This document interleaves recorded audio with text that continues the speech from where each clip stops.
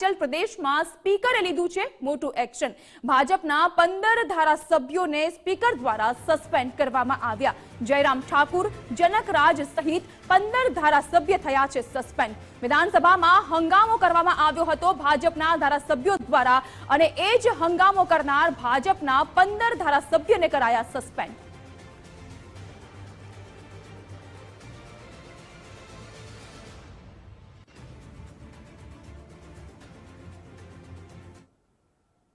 हिमाचल प्रदेश में मोटी राजकीय हलचल। सुक्खू सरकार मांथी विक्रमादित्य सिंहनु राजीनामु।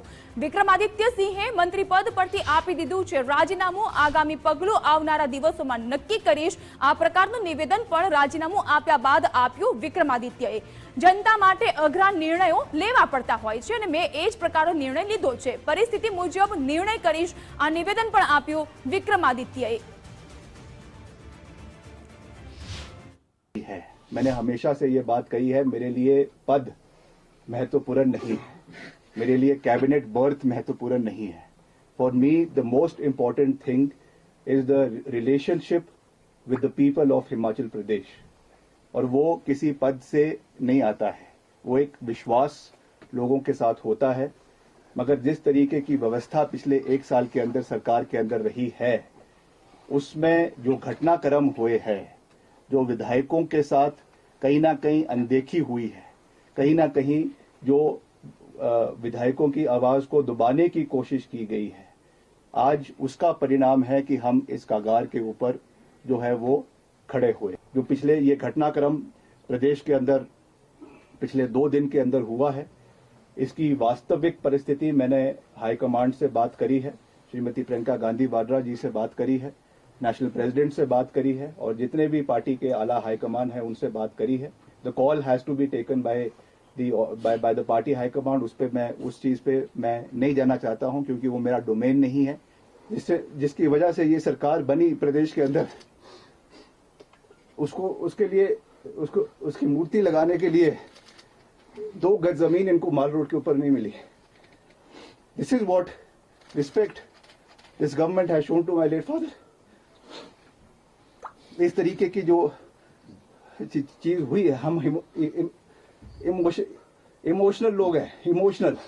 पद से हमें कोई लेना देना नहीं है, हमको ये कोई लेना देना नहीं है कि सरकार रहती है कि नहीं रहती है, हम पद पे रहते हैं कि नहीं रहते हैं। मगर एक रिगार्ड, एक रिस्पेक्ट जो होनी चाहिए थी, बारी बारी बोलने के बावजूद जो चीज ये नहीं कर सके, ये बहुत दुर्भाग्यपूर्ण। विनम्रता पूर्वक तरीके से मैं ये कहना चाहता हूं कि मैं अपने पद से जो है वो अपना इस्तीफा मुख्यमंत्री जी को और राज्यपाल जी को, जैसे भी जो भी प्रोसेस है उस तरीके से सौंप रहा हूं, और आने वाले समय में जो परिस्थिति होगी उसके हिसाब से जो है वो कार्यवाही आने वाले समय की उसको। तो हिमाचल प्रदेश में राजकीय हलचल शुरू थई चुकी है और आज मामले વધુ વિગતો મેળવીશું। ન્યૂઝરૂમ થી જોડાઈ ચૂક્યા છે અમારા સંવાદદાતા વિજય કુમાર દેસાઈ। વિજય, એક તરફ વિધાનસભામાંથી 15 ધારાસભ્યોને સસ્પેન્ડ કરવામાં આવ્યા અને બીજી બાજુ સુક્કુ સરકારમાંથી વિક્રમાદિત્ય સિંહનું રાજીનામું। હાથમાંથી જશે હિમાચલ, કારણ કે હલચલ તેજ છે। મુદ્દો અત્યારે આ ચર્ચાઈ રહ્યો છે, કારણ કે હિમાચલ પ્રદેશની અંદર 2 દિવસથી રાજનીતિક ઘટનાક્રમ છે તે પળવારમાં બદલાઈ રહ્યો છે। કારણ કે જે પ્રમાણે રાજ્યસભાની ચૂંટણીની અંદર જે 1 બેઠક માટેનું મતદાન થયું, પરંતુ તેની અંદર ડ્રો દ્વારા, એટલે કે કલમ 102 અંતર્ગત ભાજપના જે હર્ષ મહાજન છે તે વિજેતા થયા અને કોંગ્રેસના અભિષેક મનુ સિંઘવીને હારનો સામનો કરવો પડ્યો। પરંતુ આની અંદર જે આ ઘટનાક્રમ સર્જાયો તેની અંદર ક્રોસ વોટિંગ જવાબદાર છે, કે જેની અંદર 6 જેટલા જે ધારાસભ્યોએ ક્રોસ વોટિંગ કર્યું અને હિમાચલની રાજનીતિમાં એક નવો જ વળાંક આવી ગયો। કારણ કે સુખવિન્દર સુક્ખુ સરકાર છે તે અલ્પમતમાં હોવાનો ભાજપ દ્વારા સતત દાવો કરાઈ રહ્યો છે અને તેને લઈને તેમણે રાજ્યપાલ સાથે પણ મુલાકાત કરી હતી અને ફરીથી અત્યારે બીજી વખત મુલાકાત કરી છે। કારણ કે હિમાચલ પ્રદેશની અંદર બજેટ સત્ર ચાલી રહ્યું છે અને બજેટની અંદર છે વોટ વિભાજનની માંગ છે તે ભાજપ દ્વારા સતત કરવામાં આવી રહી છે, પરંતુ સ્પીકર દ્વારા છે પોતાના જે સત્તાનો ઉપયોગ કરીને ભાજપના જે હોબાળો કરી રહ્યા 15 જેટલા જે ધારાસભ્યોને ગૃહમાંથી સસ્પેન્ડ કરી દીધા। હવે માત્ર 10 જ ધારાસભ્ય છે તે ગૃહની અંદર ભાજપના ઉપસ્થિત છે, પરંતુ સસ્પેન્શન બાદ છે તે અત્યારે ફરીથી રાજ્યપાલ સાથે તેમણે મુલાકાત કરી છે અને સ્પીકરના નિર્ણય સામે રજૂઆત પણ કરી છે। પરંતુ મામલો અહીંયા માત્ર રજૂઆત કે હોબાળો કે સસ્પેન્શનનો નથી, પરંતુ અહીંયા આખી સરકાર પર સંકટ છે. સુખવિન્દરસિંહ સુખુની ખુરશી માત્ર 14 મહિનાના ટૂંકા ગાળામાં હવે ખતરામાં આવી ગઈ છે, કારણ કે એના માટે જવાબદાર પણ કોંગ્રેસ પોતે જ છે, કારણ કે કોંગ્રેસના જે બે જૂથો છે તે સામે આવી ગયા છે અને તેને મુદ્દો બનાવ્યો છે માત્ર રાજ્યસભાની ચૂંટણીને લઈને. ગઈકાલે મતદાન થયું, 34 મત બંને તરફે મળ્યા અને ભાજપને ડ્રો દ્વારા છે તે રાજ્યસભાની એક બેઠક અનાયાસે મળી ગઈ. પરંતુ હવે મુદ્દો એ છે કે ભાજપ દ્વારા દાવો કરાય છે કે સુખુ સરકાર અલ્પમતના છે અને તેની વિરુદ્ધ હવે પ્રસ્તાવ આવવો જોઈએ. પરંતુ સૌથી મોટો ઘટનાક્રમ અત્યારે એ સર્જાયો કે કેબિનેટ મંત્રી વિક્રમાદિત્ય છે તેમણે રાજીનામું આપી દીધું છે. વિક્રમાદિત્ય એ પૂર્વ સીએમ વીરભદ્રસિંહના પુત્ર છે, જેઓ 6 વખત મુખ્યમંત્રી રહી ચૂક્યા હતા. પરંતુ હવે 3 ઘટનાક્રમ છે કે જેની પર નજર રહેલી છે, કારણ કે વિક્રમાદિત્ય પાસે હાલમાં માત્ર 15 ધારાસભ્યોનું સંખ્યાબળ છે. તેમણે રાત સુધીનું અલ્ટિમેટમ આપ્યું છે. તો બીજી તરફ હવે જે સંકટમોચક ગણાતા ડીકે શિવકુમાર, જે કર્ણાટકના ડેપ્યુટી સીએમ છે, તે ઉપરાંત હરિયાણાના જે અનુભવી નેતા ભૂપેન્દર હુડા છે, તેમને કોંગ્રેસે ડેમેજ કંટ્રોલ માટે મૂક્યા છે અને જે બળવાખોર જે ધારાસભ્યો છે તેમને નોટિસ આપીને 1 વાગ્યા સુધીમાં જવાબ માંગ્યો છે. પરંતુ જો 1 વાગ્યા સુધીમાં જવાબ નથી આપતા તો શું કાર્યવાહી કરવી, તેને લઈને પણ પ્રશ્નાર્થ છે. કારણ કે જો કાર્યવાહી કરવામાં આવે છે તો પણ સરકાર સંકટમાં છે, કાર્યવાહી નથી કરાતી તો પણ સરકાર સંકટમાં છે. કારણ કે વિક્રમાદિત્યએ તો ગંભીર આરોપો સીએમ સામે લગાવ્યા છે, કારણ કે જે રાજ્યમાં જેમના દ્વારા વોટ માંગીને 2022ની ચૂંટણીમાં કોંગ્રેસ સત્તા પર આવી, તેમને માત્ર મૂર્તિ મૂકવા માટે પણ આ સુખુ સરકારે 2 ગજ જમીન ન ફાળવી, તેને લઈને રોષ પ્રગટ કર્યો છે. પરંતુ હવે 3 જે મુદ્દા છે તેના પર સૌની નજર છે કે હવે શું થશે.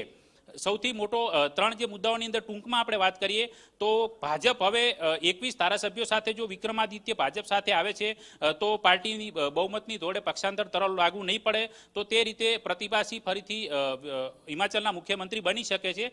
બીજો ઓપ્શન એ પણ રહેલો છે કે 21 ધારાસભ્યો સાથે આવે વિક્રમાદિત્ય તો ભાજપ તેમને સમર્થન આપીને તેમને સીએમ પદની ઓફર કરી શકે છે. જો એવું નથી થતું તો ત્રીજો ઓપ્શન એ પણ રહેલો છે કે જો વિક્રમાદિત્ય સંપૂર્ણ રીતે બળવો કરે અને પોતાની રીતે અલગ પાર્ટી કરી, જેમ મહારાષ્ટ્રની અંદર શિંદેએ કર્યું, એ રીતનું કરીને પણ બહારથી સમર્થન મેળવીને સરકાર બનાવી શકે છે. પરંતુ આ જોતોની સ્થિતિ છે, કારણ કે પ્રિયંકા ગાંધી અને ખડગે વચ્ચે અત્યારે વાતચીત ચાલી રહી છે, ડેમેજ કંટ્રોલના પ્રયાસ ચાલી રહ્યા છે. પરંતુ એ વાત નક્કી છે કે સુખવિન્દર સુખીની જે ખુરશી છે તે 100% અત્યારે ખતરામાં છે, કારણ કે આ જે 15 ધારાસભ્યો છે તે અત્યારે બિલકુલ બળવાના મૂડમાં છે અને કોંગ્રેસના 2 ધડામાં વિભાજન થઈ ચૂક્યું છે. એટલે હિમાચલ હવે હાથમાંથી જશે એ પ્રશ્નાર્થ તો ઉભો થઈ ગયો છે. જી આભાર વિજય આપનો સવિસ્તૃત જાણકારી આપવા માટે.